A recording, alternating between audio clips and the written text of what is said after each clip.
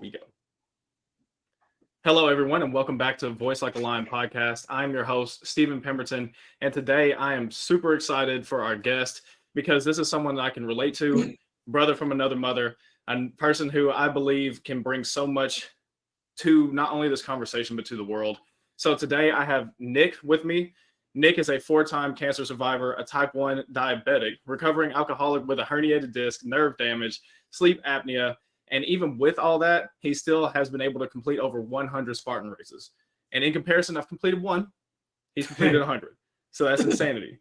And he's been able to do all this and still been able to become a best-selling author, still been able to be a husband, still been able to live his life on purpose. So Nick, thank you so much for being here with me on the show. Steven, thanks for having me, man. I'm wicked excited today. Dude, I'm so excited to have you because not only of the story, but you and we were messaging on LinkedIn yesterday. It wasn't like we had this long relationship, and it's like, I think you'd be perfect. It was just the genuine kindness you showed, and the story that you have. It inspired me. Where it was like, yeah, this is somebody who I'd love to have. So, with that being said, I would love for you to just take us back, because four-time cancer survivor, what was that like? I mean, there's people who I've had in my life who I've lost to some of these different diseases. When I would love if you would just go back, if you're willing to, of course, to that first time, that first diagnosis, when that hit, what was going through your mind? Yeah, absolutely. It was almost the time of year. It was actually January 2005. I was living in New England. I was in telecom sales. It was like negative 4,000 degrees outside.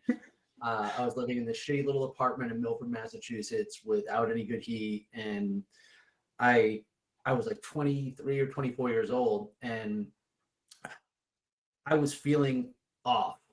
It's the best way to say it. I had no energy. At that age, I had no energy, none. And I was the exact opposite of I am now, where I wasn't feeling good, so I wouldn't do anything.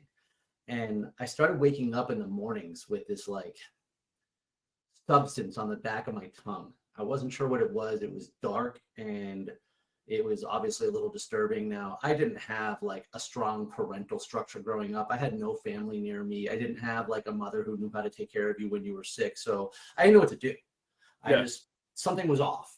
And so I started, I had to go find a primary care doctor because I didn't even have one. And they had no idea. So I started seeing specialist after specialist after specialist. I mean, we did the endoscopy, we did the other side, a colonoscopy.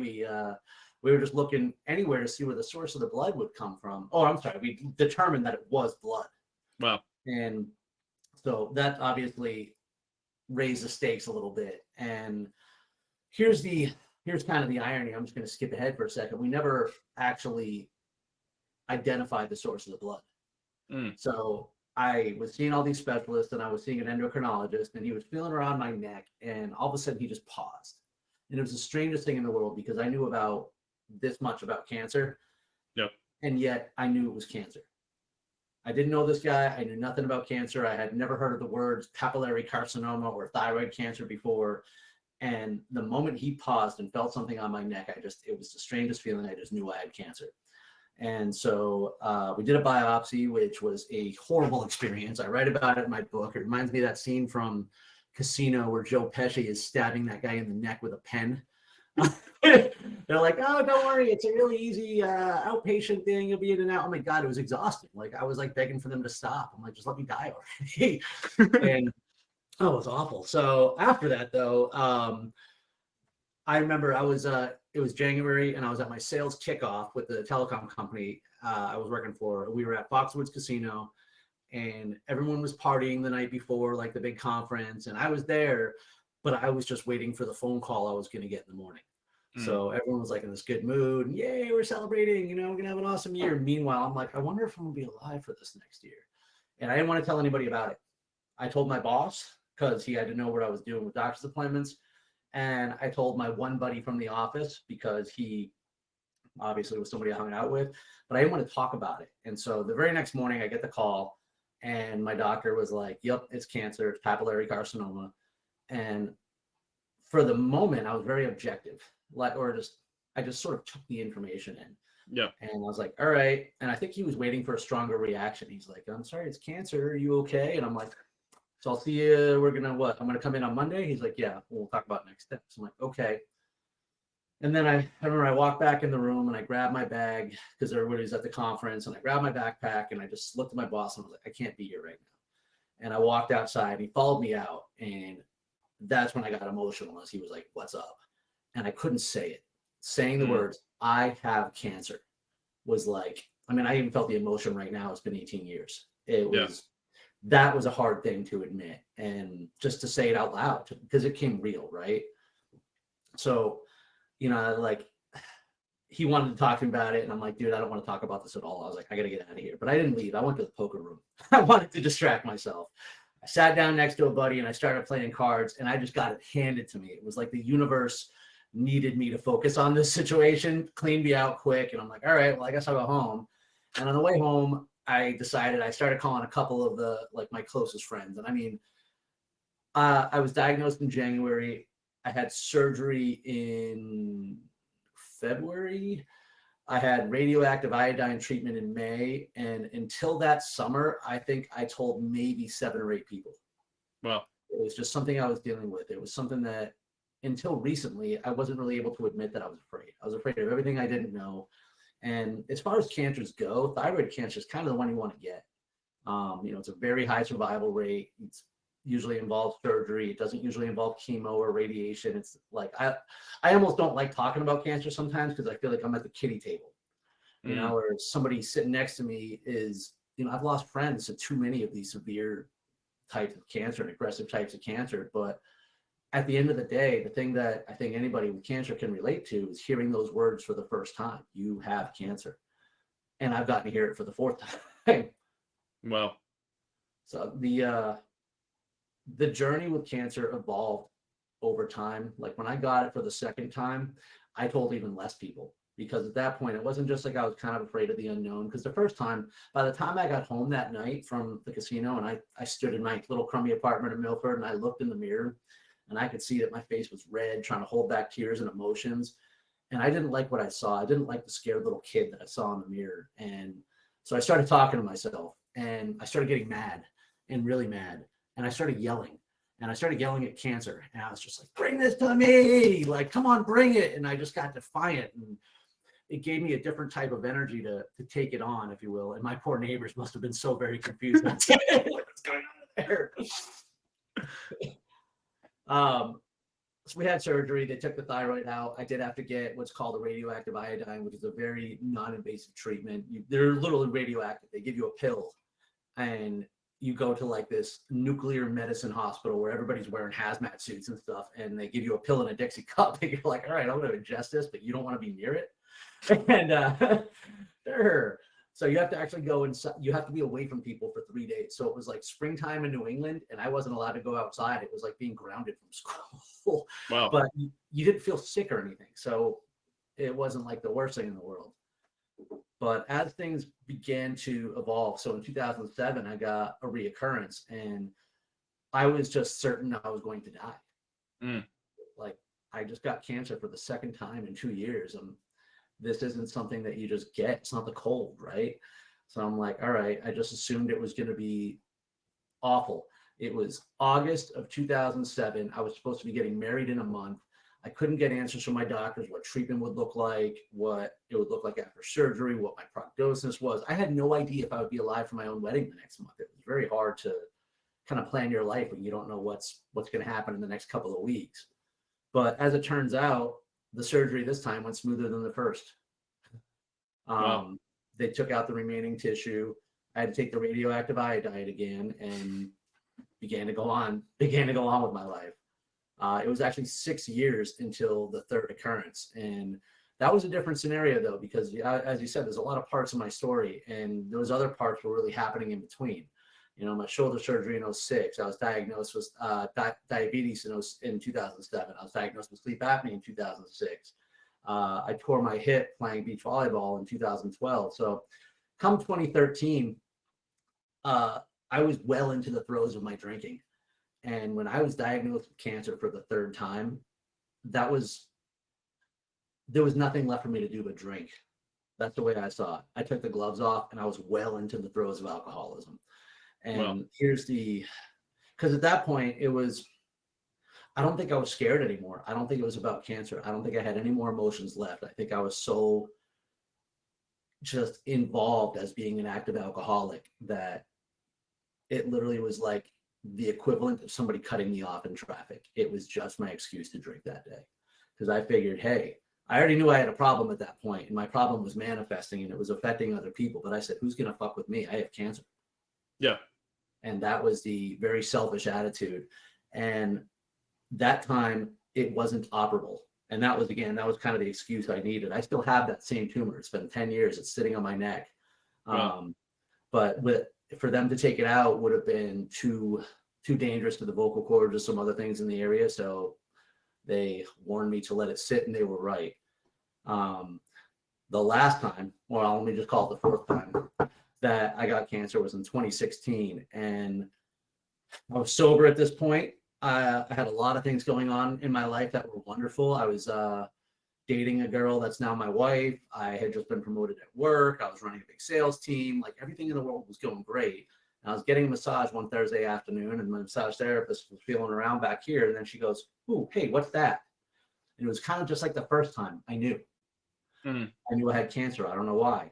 But when I went to Moffitt Cancer Center about a week later and got an ultrasound on my throat, I was like, "Hey, while you're back there, let's hit this up too."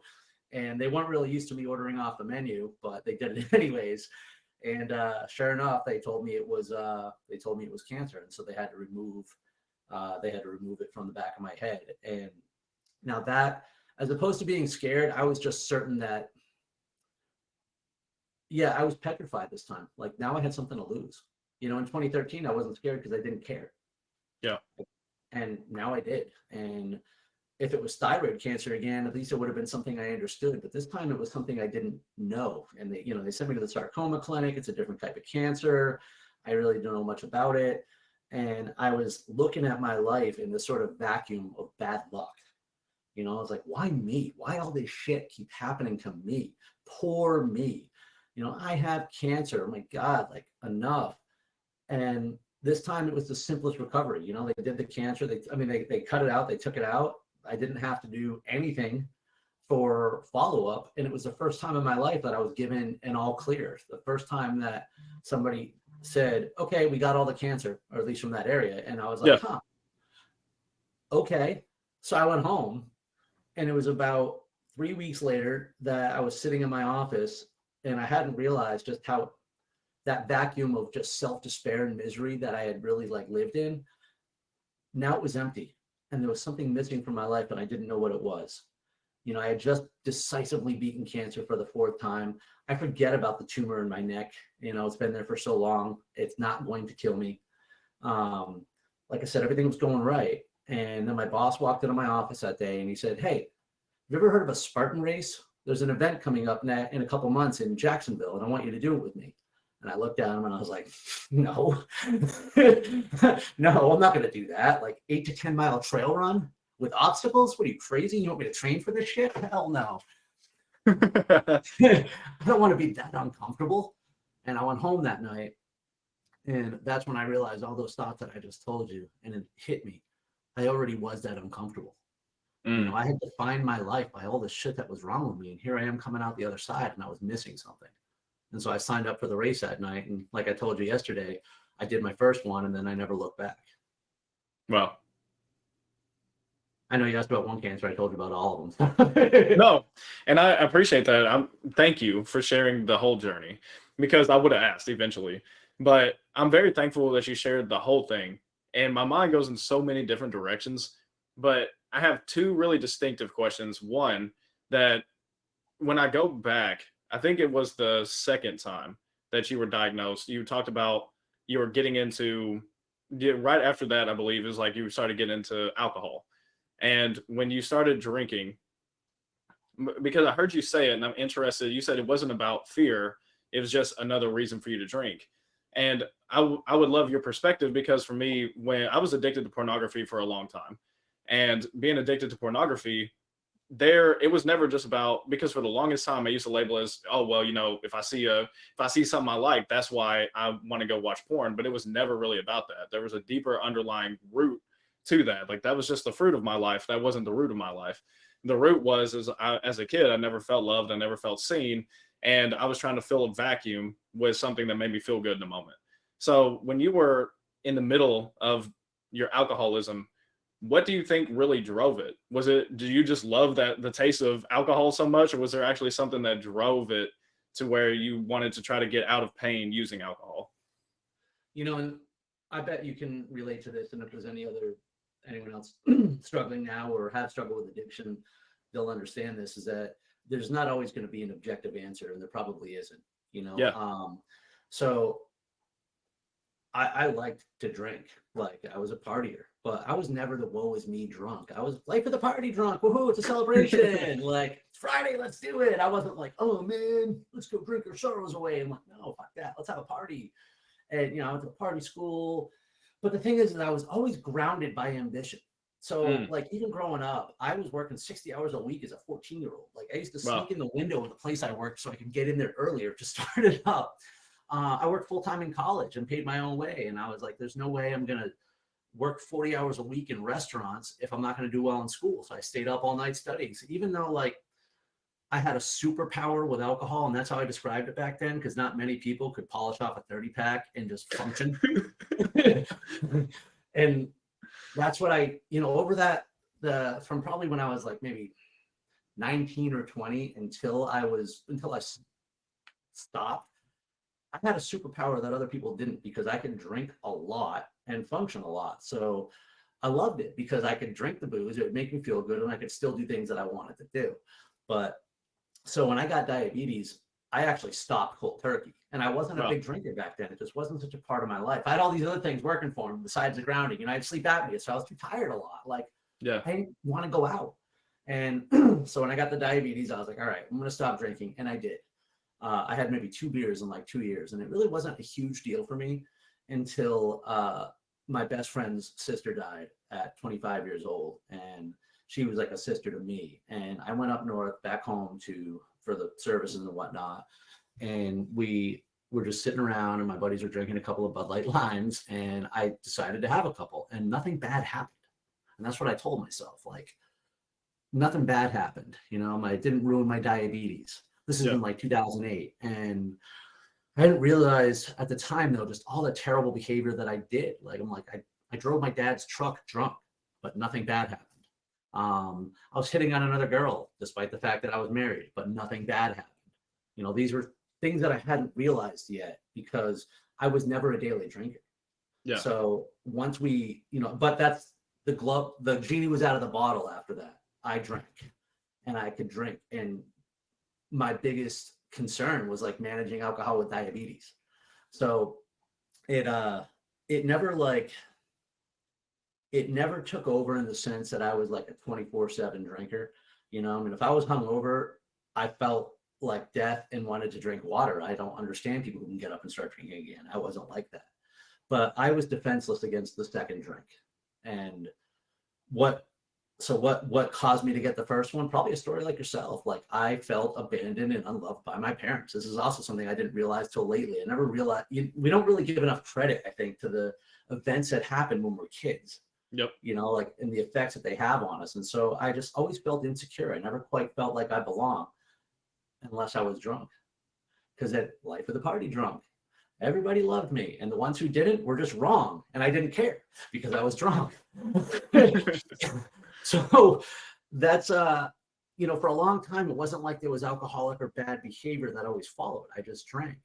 But in that sort of 2011, 2012, 2013 era, there was a lot of bad behavior, a lot of selfish behavior, a lot of things that I didn't realize at the time were impacting others, impacting people at my job and friends of mine. And so towards the end of 2012, towards the end of 2013, I had had enough of other people's nonsense. And that's why I decided to quit drinking, because I didn't want other people's wrong opinions to bother me anymore. Had nothing to do with my own behavior. It just had to do with everybody else. And it was white knuckle, and it was hell. And I challenged everything. I went to every happy hour. I mean, I was just tempting fate the whole time. Like, I had to show off, like, yeah, I got a break, but I'm here. And it was April of 2014 that I got that diagnosis.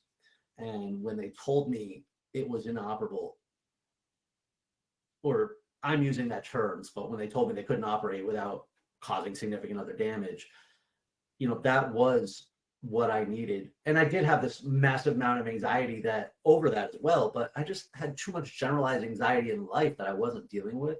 And that gave me the excuse to do whatever I wanted. Because like I said, if somebody else had bad opinions about my behavior, they're like, well, I have inoperable cancer. What are you going to do about it? It just gave me an excuse to behave badly. And there just came that point, regardless of that, where the bad nights outnumber the good. The superpower that I once had was now becoming kryptonite. Blackouts were more and more and more. And those are some scary blackouts. It's one thing if you don't remember the ride home or something, but it's another if you're like, I was where? And it starts getting frightening. And then you don't realize until you realize it's like you actually are becoming an entirely other person when you're, pursuing those behaviors. And I didn't like that person, and neither did anybody else. Well, thank you. I love the whole process that you just took us through, because that's very transparent, because there's so much meat to that story where you're walking us through who you were, because there's a lot of times that addictions feel like a superpower in the beginning. That's why you get addicted to it, because it's something that makes you either A, feel good, or B, it gives you the excitement, it gives you the fulfillment that you're looking for. And it sometimes it'll kind of become twisted. It's like, yes, maybe that was a superpower, and at the same time, and down the road, like you said, I loved how you said it. It's like what used to be my strong suit became my kryptonite. And that's what I've seen. Like for me, when I was growing up, anger was a big thing. I mean, that's how I was nurtured. I saw that out of my dad all the time, and my mom. So for me, is I just thought, okay, you're just supposed to be angry all the time. And when you're sitting there and you're angry and your adrenaline's pumping, you can lift more, you can run faster, you can do things. It's almost a superpower. But when you get into interpersonal relationships, like every relationship I had, I would just destroy, because I would sit there and be angry all the time. And so what was a superpower in one arena was an absolute kryptonite in another. And so I love that you walked us through all that. I'm very thankful. There's something that I wanted to touch on. Two things, which is one, as you transitioned from because you were talking about with your boss and saying that you were uncomfortable already, and you decided to start training and you did that first Spartan race. Now that you've done 100, what is kind of your biggest mindset shift? Because I'm going to be honest with you, I probably won't run 100. So to somebody who either hasn't run their first one, or maybe it's somebody who they feel down, they feel like life has just punched them in the gut 4 times over and they don't want to keep moving forward. After doing 100, what has been the biggest mindset shift that you would speak to somebody like that? Oh man. I'll tell you what, it wasn't until I even wrote my book that I realized the timing of my first one. I spaced it over. So I started writing the book in the very end of 2018. The story ends in 2018. I published it in 2021. And so 2020 and 2021, I just read it and revised it about 1,000 times. And I didn't even realize that there was maybe 3 weeks that went by from getting that surgery in the back of my head to my boss asking me to do that race. You know, like all that time, I kind of saw it as an independent event. And the thing is that he didn't say, hey, want to do a race this weekend. He said, let's do a race. It's in 9 weeks. So the transformation wasn't about just doing a race. Yep. It was, number one, it was commitment to being uncomfortable. I knew I was going to be uncomfortable. I'm the guy who, I remember I was telling somebody this the other day, when I lived in Springfield, Mass, I had to be to work downtown at 7:45 a.m. It was a 6-minute drive, 1 minute to park, 3 minutes to walk in the elevator. So that's, I had to be there at like 7:35 or something like that. I woke up at 7:07 a.m. every day. Shower, suit, drive, go. No breakfast, no nothing. It was like college, only later. And, yeah. But what it was without any purpose or direction. And so when I committed to that race, I had to make the second most uncomfortable thing I think I'd ever done, which was set my alarm for 5 a.m. to work out. That was one of the big changes that I made in my life, was simply by, I talk about this in my book too. I say by simply the act of waking up early to exercise, I woke up right then and there. I defied everything that I thought about myself. I thought, I can't do this because of diabetes. I can't do this because of my back and my shoulder and my neck. I can't do this because of this or my sleep apnea. All these things that I've been allowing to just hold me back from life. All of a sudden, I'm like, are they really holding me back, or is it me? And I was thinking about this earlier. The thing about obstacle course racing for me is, for some, it's a hobby. Okay, there's people who do it often, but it's not like a lifestyle to them. To me, it's a lifestyle, and because it causes me to constantly evaluate what I'm doing in my mindset too, and to look at how I'm viewing objects. The biggest thing that came out of that experience, the biggest thing about the mindset shift, is I refuse to be a victim to anyone or anything. And I spent so long feeling that I was a victim. And this is going to sound too easy, but it's just a choice. It really is just a choice. And for me, the experience of not just going, doing some races, but then continuously doing them and seeking constant improvement, you don't realize that you're developing these skills to overcome anything. If you want to beat an obstacle, you have to first assess what is the obstacle. Yeah. What is the weaknesses that I have that I need to overcome? Who are the people and the things that I need to learn from and surround myself with so I can do it? And then how do I train? How do I evaluate? And is that not the same as when you lose a job, lose a spouse, just having, financial difficulty, anything? The process of overcoming obstacles is the same. And once you start doing anything that you don't think that you've been able to do before, it's a self-renewing energy. We talked earlier about living inspired, and that's what that is about. It's every one of these races presents a unique opportunity to inspire yourself to do something that you didn't think was possible, that you didn't think you were capable of. It might be a PR, like, yeah, I ran that race in the best time. It might be the obstacle that you've never beaten before, like, all right, I beat the rope climb. It might be a fear overcome. I'm afraid of snakes, heights, some other things probably, and yet I spend my weekends in swamps and climbing mountains. Wow. Yes. I love that. I love it because it connects with a lot of who our audience is. Our audience is business owners mainly. And I think that people hearing, well, I'll never be an endurance athlete, I'll never go overcome physical obstacles. It's like, but in business, there's so many different obstacles, especially for people who are startups. For people who are startups, you have so many different things. You're having to, because especially if you're transitioning from a job into a business, is you go from being an employee who you're good at whatever that thing is. So if you are over a sales team, you have to be good at sales. But then when you take over a business, you have to be good at everything. Like, you've got to be good at marketing. You got to be good at sales. You've got to be good at building teams. You got to be good at washing the toilets. It's like, because you are in charge of everything. So that expression, you're talking about overcoming obstacles. That is the biggest takeaway that for you as a business owner, and for those of you listening, that you need to pay attention to, is it's not just how we overcame the other obstacles that hit him in his life, but it's overcoming the obstacles of your mind. And yes, and so often we look at the simple thing, like you said, which is make a choice. And it sounds too easy, but that's usually where the gold is, because it's in the simplicity. If you were sitting here saying, well, this is how you overcome your obstacles, is you wake up at 4:01 a.m., you eat 2 raw eggs, and then you go run backwards for 2 miles, then it's so complex that most people will never do it. But if you can sit there, because it really is, make a different choice. And hearing that is hard for somebody who's sitting there and it's like, but Steven, but Nick, you don't know what I'm going through.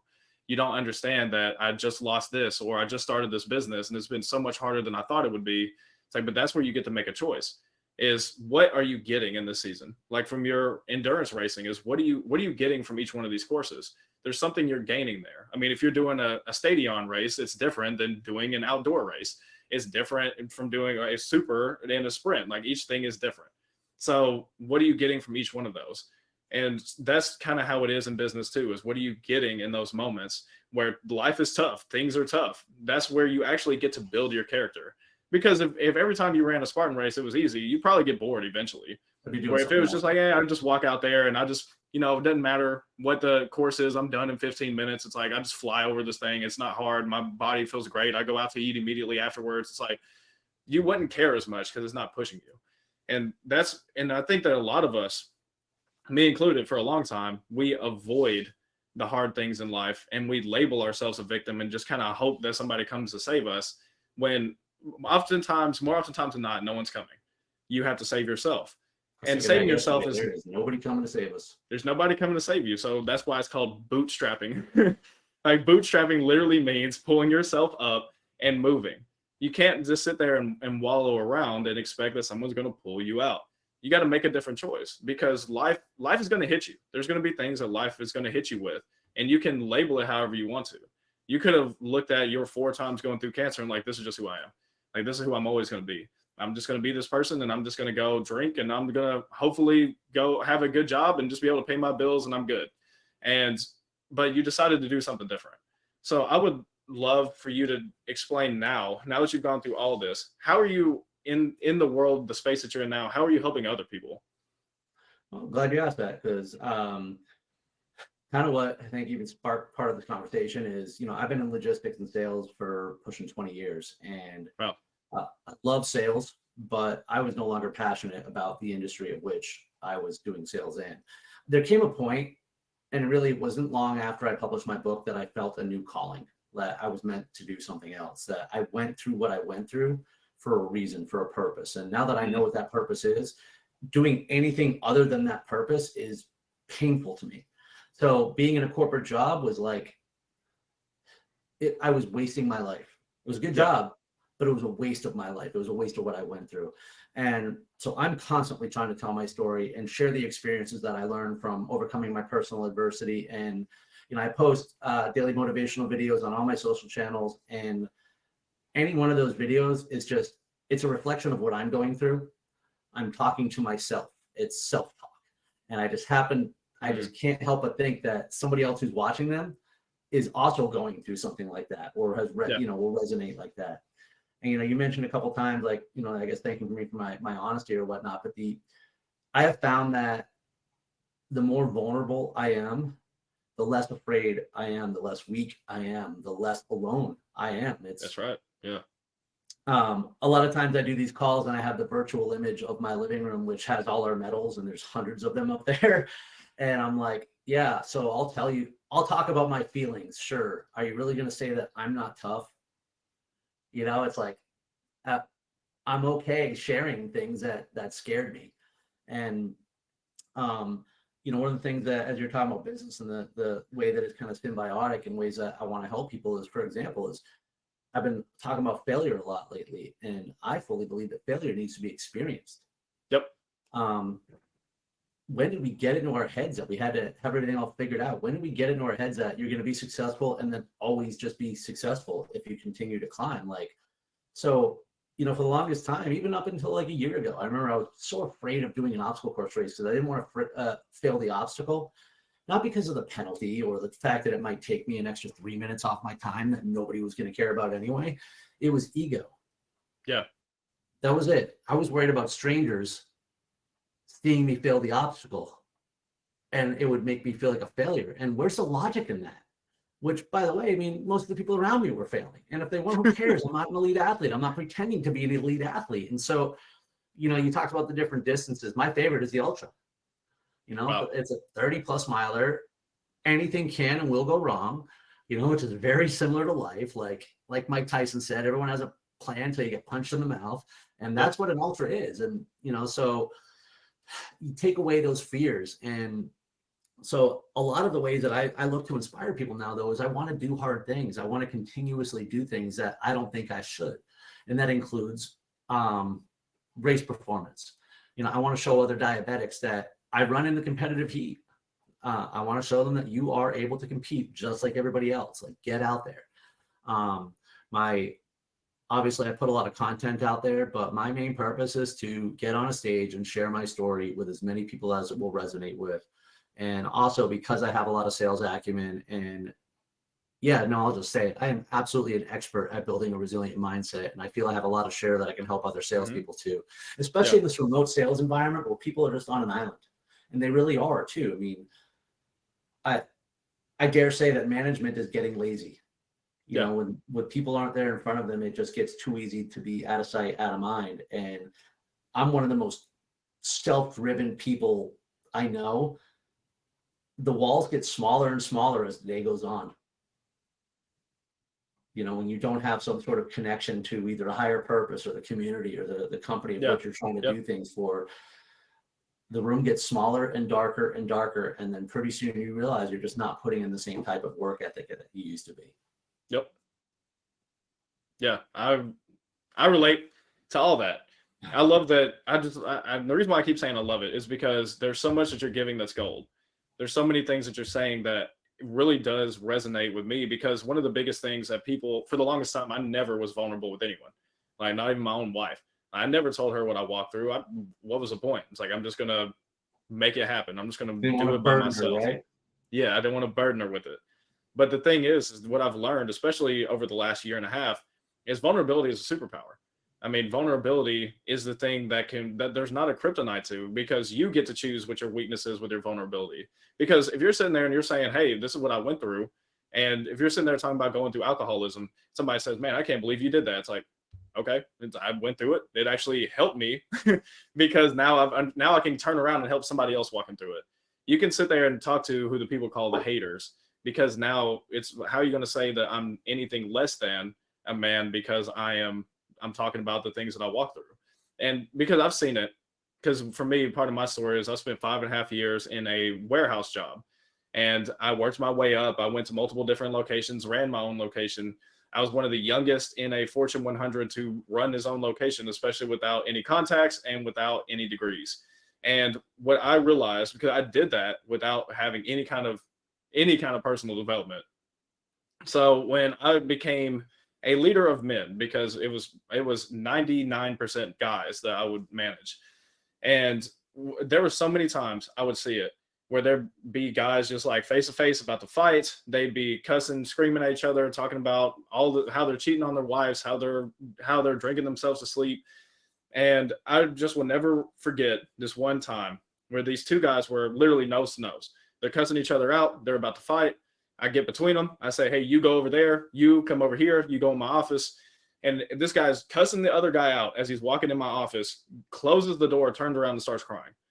And he starts crying and he says, my wife's leaving me. She's taking the kids. She's taking the car. He said, I have nothing left.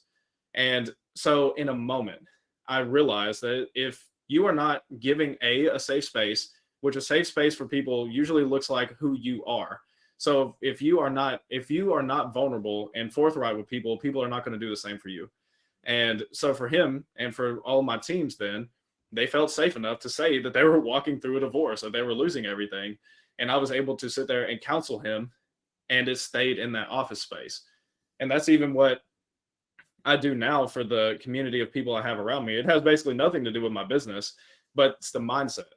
Mm-hmm. Because even when I'm on sales calls, even when I'm sitting there and I'm closing deals, I don't close deals outside of integrity. If it's something that I can't do, is something that my business doesn't do and my team doesn't do, I'm not going to try to make a quick buck, because I'm not serving them.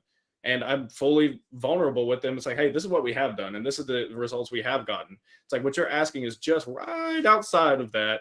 So realistically, it's not the same thing. I believe we can do it, but I'm not going to tell you for sure we can do it. But I just want to commend you, because most men, they get right to the doorstep of freedom, which freedom comes through vulnerability.